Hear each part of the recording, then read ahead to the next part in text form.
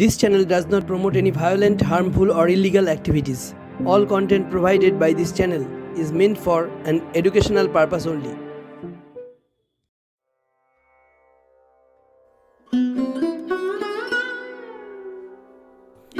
নমস্কার, পবিত্র কথা চ্যানেলের পরিবারে আপনাদের সকলকে স্বাগত জানাই। আশা করি সবাই খুব ভালো আছেন। আজ আমরা এই পর্বে শুনব জগৎজননী মা শারদার জীবনের কিছু ঘটনা, কিছু কাহিনী, কিছু জীবন কথা। আমাদের এই পরিবেশনাটি ভালো লেগে থাকলে অবশ্যই চ্যানেলটিকে সাবস্ক্রাইব করে ও বেল আইকনটি প্রেস করে এই চ্যানেলটিকে সকলের মাঝে ছড়িয়ে দিতে সাহায্য করুন। অবশ্যই যদি আপনাদের ভালো লেগে থাকে তাহলে চলুন শুনি জগৎজননী মা শারদার জীবনের কিছু ছোট ছোট ঘটনা।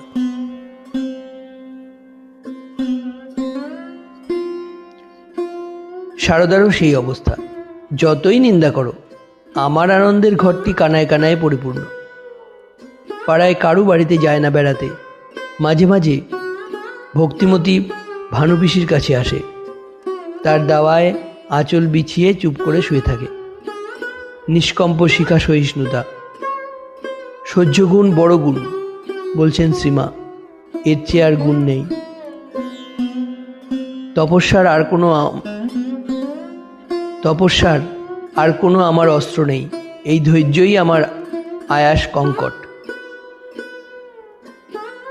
তার অনন্ত ধৈর্য, বললেন আবার শ্রীমা। এই যে তার মাথায় ঘটি ঘটি জল ঢালছ দিনরাত, তাতেই বা তার কি? আর শুকনো কাপড় দিয়ে ঢেকে পুজো করো, তাতেই বা তার কি? তার অসীম ধৈর্য। পেটের অসুখ করে কামারপুকুরে এসেছে গদাধর, সঙ্গে হৃদয় আর বামুন ঠাকুর, ভৈরবী, যোগেশ্বরী। শারদা তখন বাপের বাড়ি। খবর গেল দেখবে এসেও আমাদের। পাখির মতো উড়ে এলো শারদা। কোথায় পাগল, এই যে রূপের ধবলগিরি, সব ভোলানো ভোলানাথ। রাত থাকতে উঠে শারদাকে উদ্দেশ্য করে হাঁক দেয়, ওগো এই সব রান্না করো গো বলে ফিরিস্তি ঝাড়ে। কোথাও কিছু ত্রুটি হলে চলবে না, ছেলে মানুষ বউ সব নিখুঁত করে রাখে।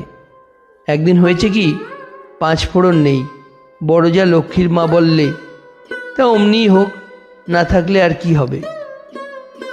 ঠিক কানে গিয়েছে গদাধরের, ফোড়ন দিয়ে বলছে, 1 পয়সার আনিয়ে নাও না, যাতে যা লাগে তাতে তা বাদ দিলে চলবে কেনে। শ্রীসীমারও সেই কথা, যেখানে যেখানে যেমন সেখানে তেমন, যখন যেমন তখন তেমন। এক মেম সাহেব এসেছে মার সঙ্গে দেখা করতে। মাকে প্রণাম করতেই মা তার হাত ধরল, অনেকটা হ্যান্ডশেক করার মতো। যেখানে যেমন সেখানে তেমন। বামুন ঠাকুরুন আবার ঝাল বেশি খান, মেজাজটিও ঝুনো সর্ষে। গদাধর মা বলে, তাই শারদাও তাকে শাশুড়ির মতো ভয় করে। নিজে রান্না করেন, ঝালে পোড়া। শারদা চোখ মুছে আর খায়। কেমন হয়েছে জিজ্ঞাসা করে যোগেশ্বরী। শারদা ভয়ে ভয়ে বলে, বেশ হয়েছে। লক্ষ্মীর মা না বলে পারে না। ঝাল হয়েছে তাই শুনে চটে যায় যোগেশ্বরী, বলে, তোমার বাবু কিছুতেই ভালো হয় না। ছোট বৌমা তো বললে ভালো হয়েছে। যাও, তোমাকে আর দেব না বেন্নুন। নম্রতায় নত শাখা শারদা, লজ্জার নবমঞ্জুরি। ফুলমালা দিয়ে ঠাকুরকে একদিন সাজালো যোগেশ্বরী। ভাবারুড়ো হলেন ঠাকুর, ঠিক যেন গৌরাঙ্গের মতো। ব্রাহ্মণী শারদাকে ডেকে নিয়ে এলো সামনে। জিজ্ঞাসা করলে, কেমন হয়েছে? ঘোমটার ফাঁক দিয়ে দেখলো একটু শারদা। ভাবাবেশে রয়েছেন ঠাকুর। দেখে কেমন যেন ভয় করতে লাগলো। অস্ফুট স্বরে বললে, বেশ হয়েছে বলে কোনো রকম একটা প্রণাম সেরে তাড়াতাড়ি পালিয়ে গেল শারদা। দেখল আনন্দের পূর্ণঘরটি টইটম্বুর হয়ে আছে, এক কণাও জল চলকে পড়েনি। কিন্তু ঠাকুর যখন মাকে ষোড়শী পূজা করলেন, সমস্ত সাধনাকে একটি প্রগাঢ় প্রণামে পর্যবসিত করে নিবেদন করে দিলেন মার পায়ে, মা ফিরিয়ে দিলেন না সেই প্রণাম। ভুলে গেলেন না আর কিছু? শ্রীরামকৃষ্ণ কি তখন স্বামী না সাধক চক্রবর্তী? সারদা কি তখন স্ত্রী না ব্রহ্মাণ্ড ভণ্ডদরী কালিকা? রাত ৩ প্রহর। পূজা অন্তে ঠাকুর বললেন, এবার তুমি যেতে পারো। খাঁচা খুলে দিলে পাখি যেমন উড়ে পালায়, তেমনি বেরিয়ে গেল সারদা। বাইরে এসে মনে হলো, এ কি করলাম? ঠাকুরের প্রণামটি ফিরিয়ে দিলাম না। মনে মনে প্রণাম করল সারদা। হে মনবাসী, হে মনোনীত, আমার প্রণামটি গ্রহণ করো। মনই প্রথম গুরু, বললেন শ্রীমা। শেষ গুরুও ওই মন।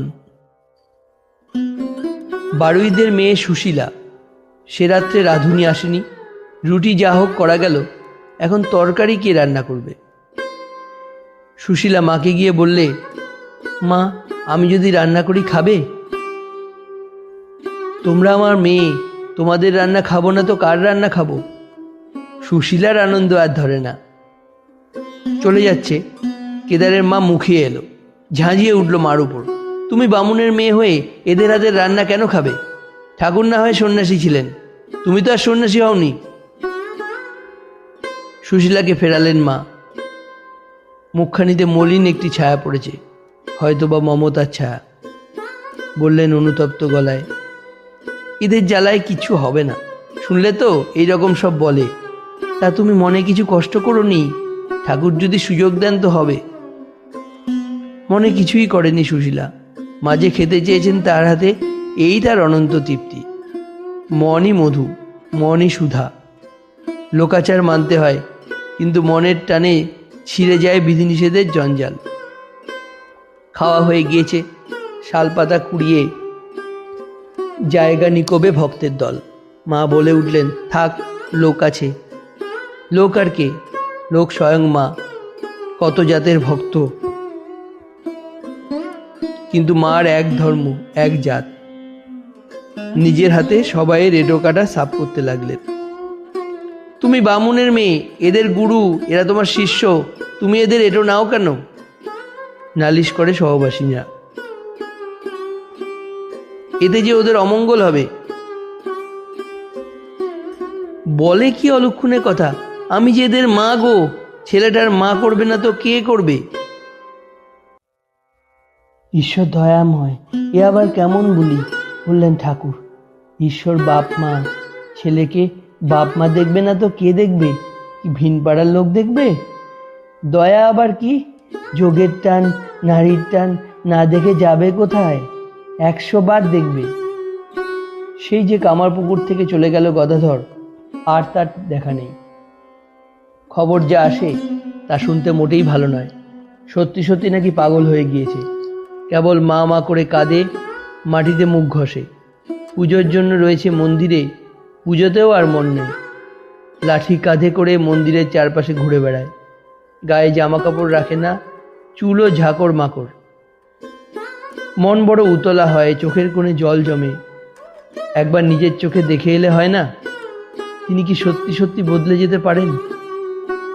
কতদিন আগে সেই যে দেখেছিল তাকে, পূর্ণ পবিত্র সদানন্দ পুরুষ, সে কি পাগল হয়ে যেতে পারে? যদি কাছে গিয়ে বসে, চিনবে নাকি সারদাকে? নেবে নাকি তার স্নিগ্ধ হাতের শুশ্রূষা? কে জানে? কে বললে চোখ দুটো নাকি সবসময় লাল? দয়ায় ভরা সেই যে দুটি প্রসন্ন চোখ, সে কি বিমুখ হয়ে থাকবে? কণ্ঠস্বরের সেই যে ভালোবাসা, সে কি ক্ষয় হয়ে যাওয়ার মতো? মন কিছুতেই সায় দেয় না। তিনি ডাকবেন সেই আশায় এতদিন প্রতীক্ষা করে আছি। আমি শাশ্বতী প্রতীক্ষা, শাশ্বতী সহিষ্ণুতা, কিন্তু কই, ডাকছেন না তো।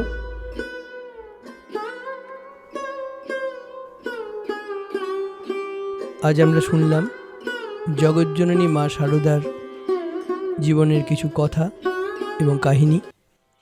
আমাদের এই আয়োজনটি ভালো লেগে থাকলে চ্যানেলটি অবশ্যই সাবস্ক্রাইব করে ও বেল আইকনটিকে ক্লিক করে আমাদের সঙ্গে থাকুন।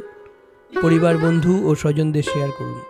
বই পড়ুন, ইউটিউবের অন্যান্য চ্যানেলেও গল্প শুনুন। নিজে ভালো থাকুন, সুস্থ থাকুন এবং সবাইকে ভালো রাখুন। গল্পটি শোনার জন্য অনেক অনেক ধন্যবাদ। পরবর্তী পর্বে ফিরে আসছি নতুন কোনো আরও আকর্ষণীয় ঘটনা এবং জীবন কথা নিয়ে। নমস্কার।